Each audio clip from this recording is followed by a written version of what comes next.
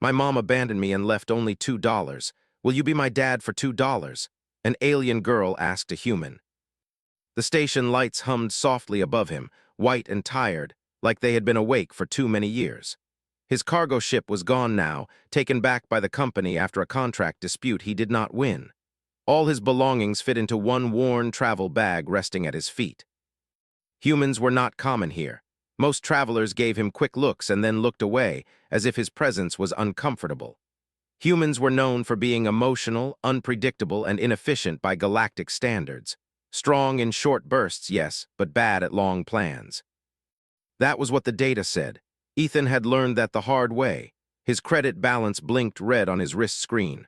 Almost empty, not enough to buy a ticket off the station, not enough to rent a sleep pod for the night. He had no plan beyond waiting and hoping something changed. That was when a small shadow stopped in front of him. Ethan looked down. The child was not human. She was short, barely reaching his knee, with pale blue-gray skin and large, dark eyes that reflected the station lights like glass. Thin ridges ran along the sides of her head instead of hair, and she wore clothes that were too thin for the station's temperature. She stood very straight, holding something tightly in both hands. Ethan blinked, unsure if she was real or if exhaustion was finally catching up to him. He said carefully. Hey there, you lost.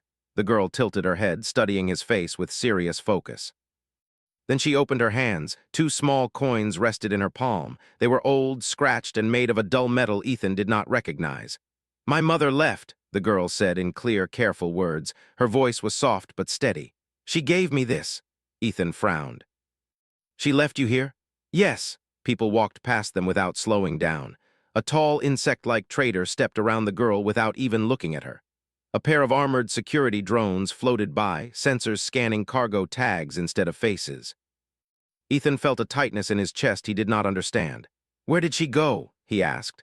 She said she would return after securing work, the girl replied. That was 3 standard cycles ago. Ethan knew enough about station law to understand what that meant. No return within 1 cycle counted as abandonment. The girl extended her hand closer to him. This is $2, she said. Equivalent value after conversion. Ethan almost laughed, but the sound caught in his throat. What do you want me to do with that? She looked directly into his eyes. Will you be my dad for $2? She asked.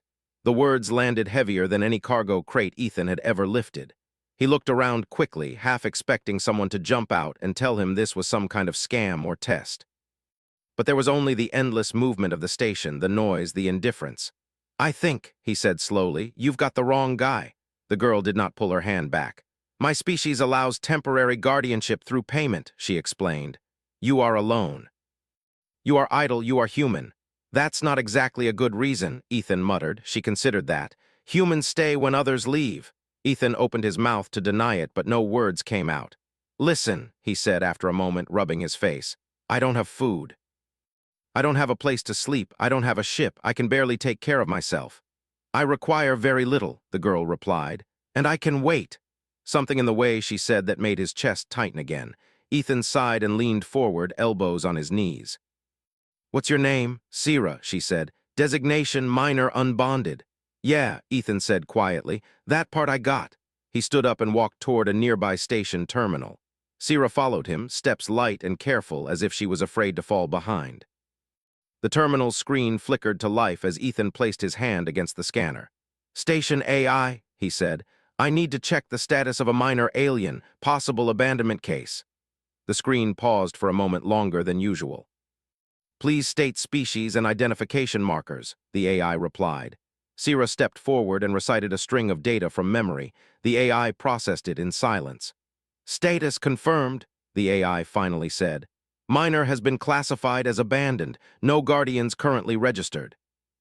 Ethan closed his eyes briefly. What are my options? He asked. Guardianship contracts may be entered by any sapient adult meeting minimum survival standards, the AI replied. Payment optional but customary. Ethan laughed softly without humor. Minimum survival standards. You sure about that? The AI did not respond. Sira looked up at him.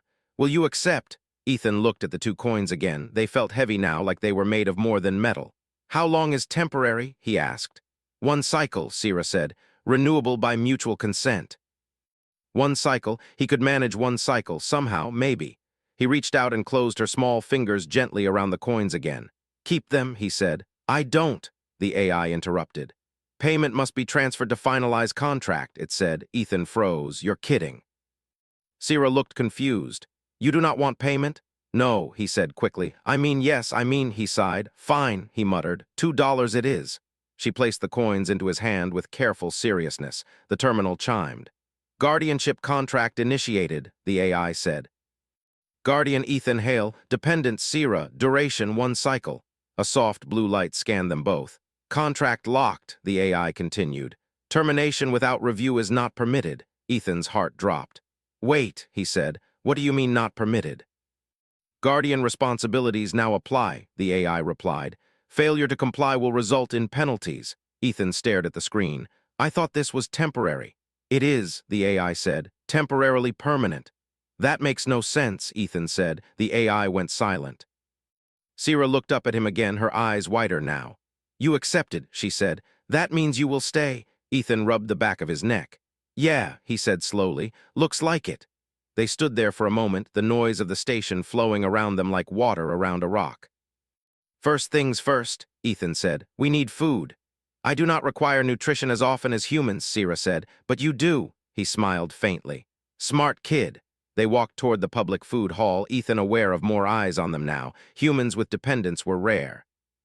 Humans with alien dependents were almost unheard of. At one vendor stall, the seller shook their head when Ethan checked prices. Human currency not accepted, the vendor said flatly. Ethan nodded and stepped away, jaw tight. Sierra tugged lightly on his sleeve. I can wait longer. No, he said. You shouldn't have to. He scanned the hall, thinking fast. Finally, he approached a water station and used the last of his credits to buy a nutrient bar designed for emergency rations. It was bland, gray, and barely warm. He broke it in half and handed the larger piece to Sierra. She stared at it. This reduces your intake. Yeah, he said. That's kind of what Guardians do. She hesitated, then took it carefully. This was not in the contract, she said. Ethan shrugged. Contracts don't cover everything. They sat together on the floor near the wall, sharing the ration. Sierra ate slowly, as if each bite was something important she needed to remember. Why did your mother leave? Ethan asked gently. Sierra looked down. She said survival sometimes requires subtraction. Ethan swallowed. She was wrong. Sierra looked up at him, studying his face again the way she had on the dock. You are certain? No, he admitted, but I'm human. We get stubborn about these things. A small pause followed. Ethan, she said carefully, testing his name. Will you leave after 1 cycle? He looked at the busy station, the ships, the endless movement. I don't know, he said honestly, but I won't leave today. Sierra nodded once, satisfied. For the first time since his ship was taken, Ethan felt the station stop, feeling empty. He looked down at the 2 coins resting in his pocket and wondered how something worth so little could already feel like the most expensive promise he had ever made. Ethan woke to the sound of station announcements echoing through the public rest area. The lights never fully dimmed here, so sleep came in short, broken pieces. He lifted his head slowly, neck stiff, and for 1 sharp second he forgot where he was. Then he felt a small weight against his side. Sierra lay curled next to him on the bench, her thin blanket pulled up carefully to her shoulders. She slept without moving, breathing slow and steady. Ethan stayed still, afraid that even a small shift might wake her. He looked around. Other travelers slept nearby, some in proper rest pods, others on floors or benches like him. No one paid attention to the human and the alien child sharing a space meant for one. Ethan exhaled quietly, so this was real. He checked his wrist screen. No new credits, no messages. No job offers, but there was a new notification blinking in yellow. Guardian status, active. She simply looked at him as if she had expected him to still be there. You did not leave, she said. No, Ethan replied. Still here. Her mouth moved slightly, not quite a smile, but something close. They cleaned up as best they could at a public sanitation unit. Ethan washed his face with cold water and tried not to think about how long it had been since he had felt this tired. Sierra watched everything carefully, copying his movements exactly, as if learning by observation was safer than asking questions. Once they were done, Ethan knelt in front of her. Okay, he said. Rule number 1, you don't wander off, ever. I did not, she replied. I know, I mean in general, she nodded. Understood. They stepped back into the main corridor. The station was louder now, busier. Cargo drones zipped overhead. Traders argued in half a dozen languages. Ethan felt eyes on them again, curious and cautious. A tall alien with smooth silver skin stopped in front of them. Their clothing marked them as a station registrar. "You," the alien said, pointing at Ethan. "Human, that's me," Ethan replied. "You have registered guardianship of a minor from a non-aligned species," the registrar said. "That is unusual. So I've heard. Do you possess stable income? No. Permanent residence? No. Approved caregiver certification?" Ethan hesitated. "Also no." The registrar's eyes narrowed. "Then this arrangement is statistically unwise." "Yeah," Ethan said, "but it's what we've got." The registrar looked down at Sira. "Child, do you wish to remain under this guardian's care?" Sira did not hesitate. "Yes." "On what basis?" "He stayed," she said simply. The registrar paused. That answer was clearly not in their expected data range. "This arrangement will be monitored closely," they said to Ethan. "Failure to meet minimum care standards will result in intervention." "Understood," Ethan said. The registrar walked away. Ethan let out a breath he hadn't realized he was holding. "That was uncomfortable," he muttered. "It was efficient," Sira replied. They moved toward the employment ring, a wide circular corridor filled with job boards and temporary work terminals. Ethan scanned listings quickly. Most required certifications he didn't have or species he was. Then one listing caught his eye. Manual labor, short duration. Most species avoided it because it required physical strength instead of precision. Ethan signed up immediately. A supervisor drone hovered near him as he worked. "Human," it said. "Your dependent must remain within visual range." "That's fine," Ethan said, wiping sweat from his forehead. "She can sit over there." Sira sat exactly where he pointed, hands folded in her lap, eyes never leaving him. The work was exhausting. Ethan lifted, dragged, and secured container after container. His arms burned. His back screamed, but he kept going. Other workers slowed down to watch. "Why are you doing this yourself?" one asked. "You could request assistance." Ethan shook his head. "Assistance costs extra time." Sira watched silently. When the job was done, Ethan leaned against a wall, chest heaving. The supervisor drone transferred the credits to his account. It wasn't much, but it was something. He bought 2 warm food portions from a nearby stall. This time, the vendor accepted his payment without comment. Sira examined her food carefully before eating. "This is better than yesterday," she said. Ethan smiled. "That's the goal, small upgrades." They ate together at a corner table. Ethan noticed something then. Other children nearby were watching Sira. Some were alone. Some were with guardians who paid them no attention. One small alien child edged closer. "Is he yours?" the child asked Sira. Sira looked confused. "He is my guardian." The child looked at Ethan. "Did you buy her?" Ethan stiffened. "No, I paid him," Sira said quickly. $2, the child frowned. "That is very cheap." Ethan almost laughed. The child's guardian called them away, casting Ethan a sharp look. Sira lowered her voice. "Did I make an error?" "No," Ethan said gently. "You just told the truth." They spent the next few hours moving through the station. Ethan checked medical kiosks, schooling terminals, and shelter options. Most systems rejected him immediately once they flagged his species. "Humans not authorized." "Emotional variance," Ethan muttered. "Imagine that." Sira watched the screens carefully. "They do not trust you." "Yeah," he said, "that's not new." "But I do," she said. He looked down at her. "You barely know me." "You stayed," she replied again. Later, as they rested near a wide observation window, a group of traders approached. One of them, tall and sharp-eyed, spoke directly to Ethan. "That child is unclaimed labor," the trader said. "You lack proper authorization." "She's claimed," Ethan replied. "By me." "You are human," the trader said. "Your contracts are weak." Ethan stood up slowly, placing himself between them and Sira. "She's not for sale." "She has value," the trader insisted, "and you cannot meet her long-term needs." "Maybe not," Ethan said, "but you definitely won't." Security drones began drifting closer. "This interaction is escalating," one drone warned. The traders backed away reluctantly, but not before the sharp-eyed one spoke again. "This will not be the last inquiry." Ethan sat back down, heart racing. Sira touched his arm lightly. "Were they going to take me?" "Yes," he said honestly. "Eventually. And you stopped them." "For now." She considered that quietly. That night, they secured a shared rest pod using Ethan's remaining credits. It was small and barely private, but it was warm. Sira sat on the lower bunk, legs tucked close. "Ethan," she said, "my mother said adults leave when cost exceeds benefit." Ethan sat across from her. "Your mother was wrong about some things." "Am I a cost?" He did not hesitate. "You're a responsibility." She looked down. "That is worse."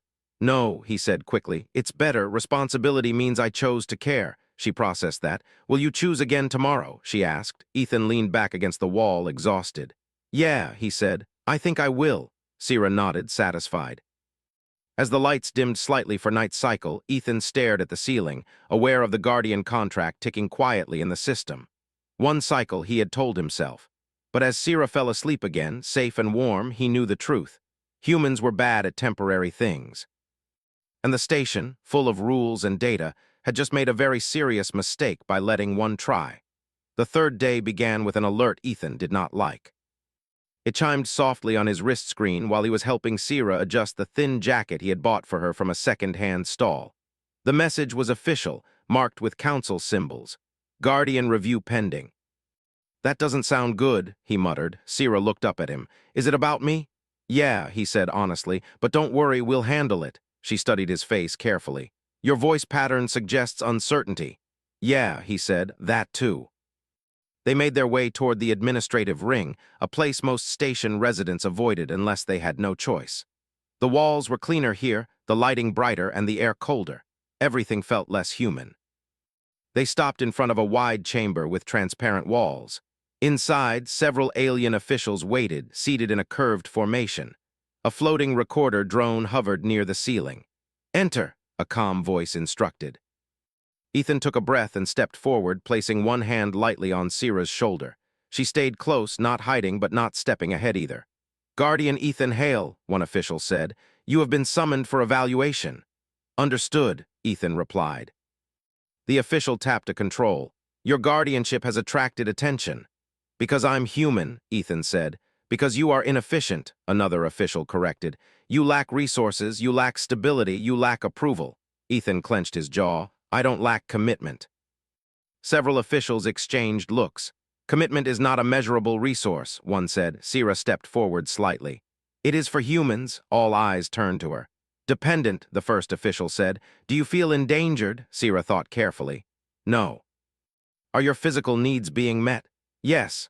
"Are your long-term prospects improved?" Sira hesitated. "Unknown." "That is unacceptable," the official said. Ethan spoke before he could stop himself. "Nothing about raising a kid is guaranteed for any species." "This is not about emotion," the official replied. "It is about probability." Ethan laughed once sharply. "Yeah, that's the problem." The recorder drone hummed softly, capturing everything. "There is an alternative," a different official said. "The child's birth mother has filed a claim." Sira's body stiffened instantly. "What kind of claim?" Ethan asked. "A reclamation request," the official said, "in exchange for compensation." Ethan felt his stomach drop. "She abandoned her." "She left her under economic duress," the official corrected. "Which is legally distinct." Sira's voice was quiet. "She wants payment?" "Yes," the official said. Ethan took a step forward. "And Sira?" "The child's consent is not required," the official replied. Ethan's hands curled into fists. "That's not happening," he said. "This chamber does not recognize refusal," the official said calmly. Sira looked up at Ethan. "Did I pay enough?" she asked softly. The question hit him harder than anything else that had happened since he lost his ship. He knelt in front of her immediately, ignoring the officials, ignoring the protocol. "Sira," he said, steady but fierce. "Listen to me. You never paid me to care about you." "But I gave you money," she said. "That was the agreement." "That was paperwork," Ethan said. "What I do for you has nothing to do with $2. She searched his face, eyes shining with confusion and fear. "Then why did you stay?" she asked. "Because humans don't leave kids behind," he said. "Not when we know their name." The chamber was silent. One official cleared their throat. "This emotional display does not change the outcome." Ethan stood up slowly. "Yes," he said, "it does." He turned to the officials. "You want probability? Fine, pull your data."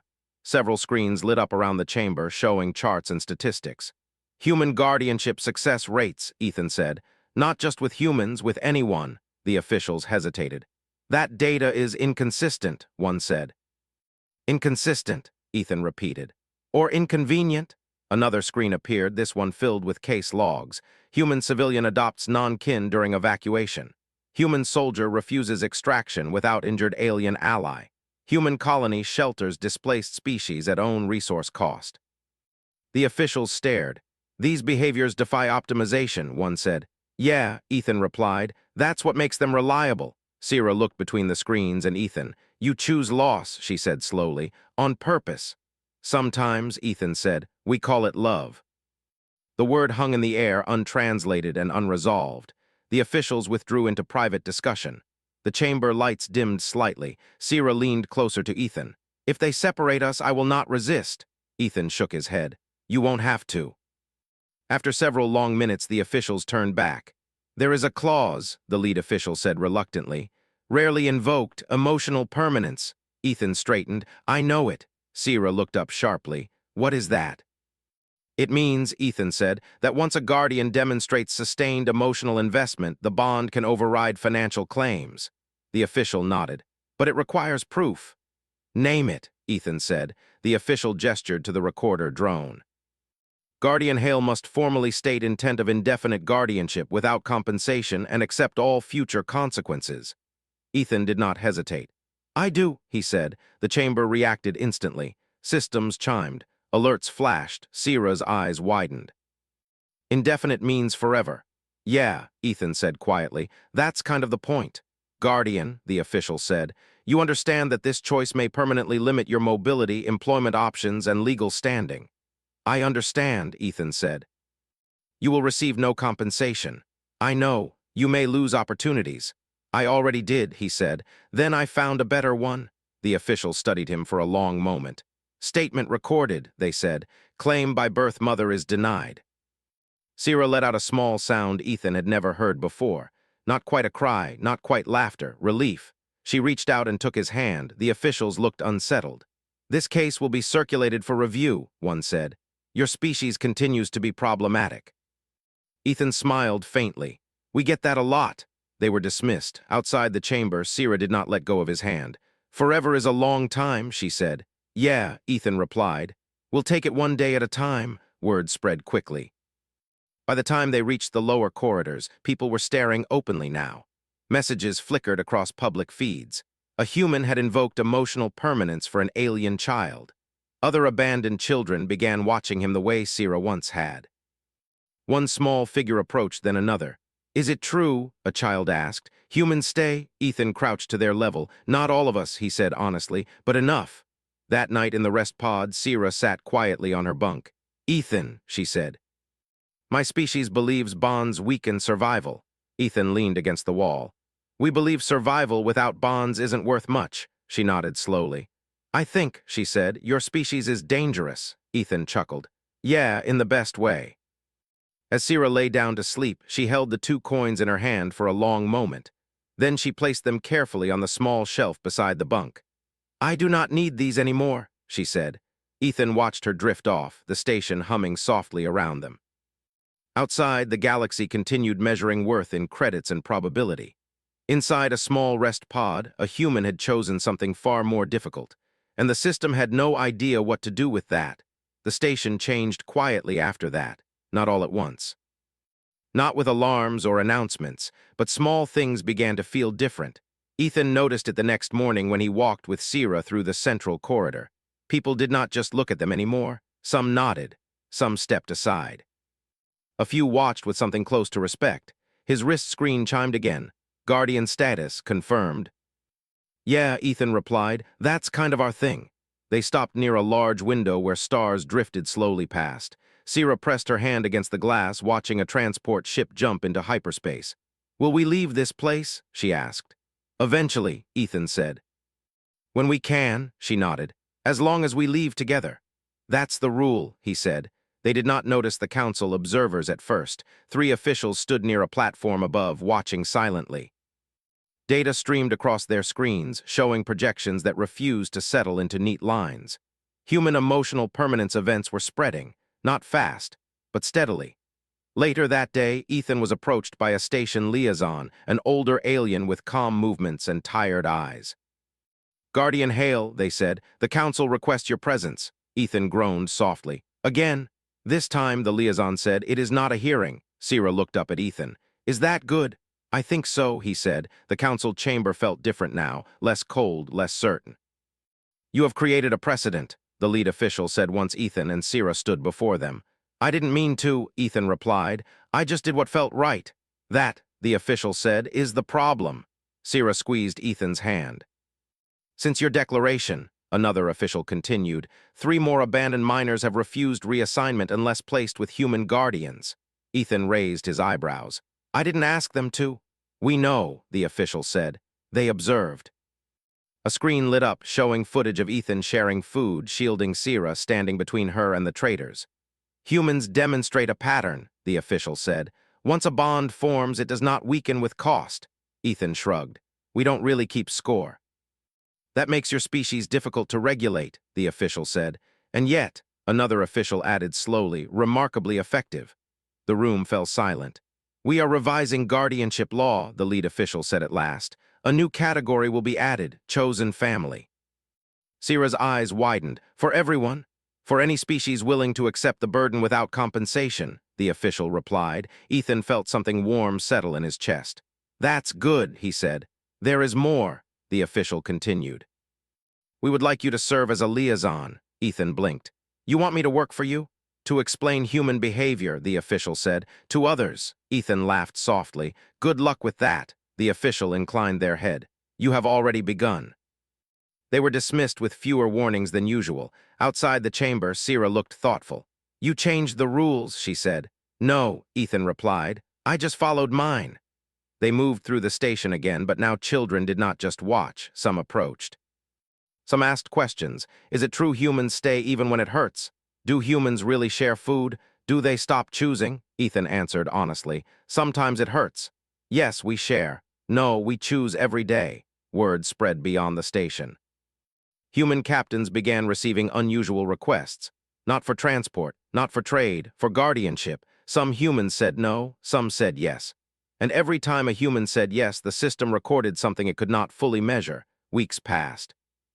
Ethan found steady work coordinating manual labor crews. Humans were suddenly in demand for jobs that required trust instead of optimization. Sierra began attending a mixed-species learning center. She struggled at first. Her species valued silence and efficiency. Humans asked questions, made mistakes, laughed. One day, she came home upset. "They said humans are weak," she told Ethan. He knelt in front of her. "Did that bother you?" "Yes," she said, "because they are wrong." Ethan smiled. "You can tell them that." "I did," she said. "They did not like it." He laughed quietly. "Welcome to the family." One evening, as they shared a simple meal, Ethan reached into his pocket and pulled out the 2 old coins. He set them on the table between them. Sierra stared at them. "You kept them," she said. "Yeah," he replied. "I think they matter." She picked one up carefully. "They bought nothing," she said. Ethan shook his head. "They bought everything." He slid the coins back toward her. "These are yours," he said, "not as payment, as a reminder." "Of what?" she asked. "That you never needed to earn a place," he said. "You already had one." Sierra held the coins tightly for a long moment. Then she placed them in a small container with other important things. Her learning chip, a photo of them near the observation window, and a worn blanket from the first night.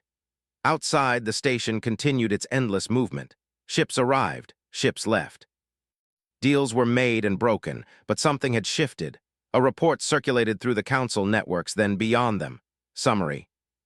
Others quietly requested human presence in refugee zones, disaster areas, and abandoned colonies. Because humans stayed. Years later, when Sierra stood taller and stronger, she asked Ethan a question while they watched a sunrise over a new world. "Why did you say yes?" she asked. On the dock, Ethan thought for a long time. "Because you asked," he said, "and because I didn't want the galaxy to teach you that leaving is normal." She nodded slowly. "I am glad you were human," she said. Ethan smiled. "Me too."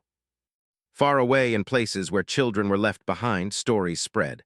About a species that did not always win, did not always plan well, but once they chose, they never walked away. And all of it began with $2, a cold dock, and a human who refused to treat family like a transaction.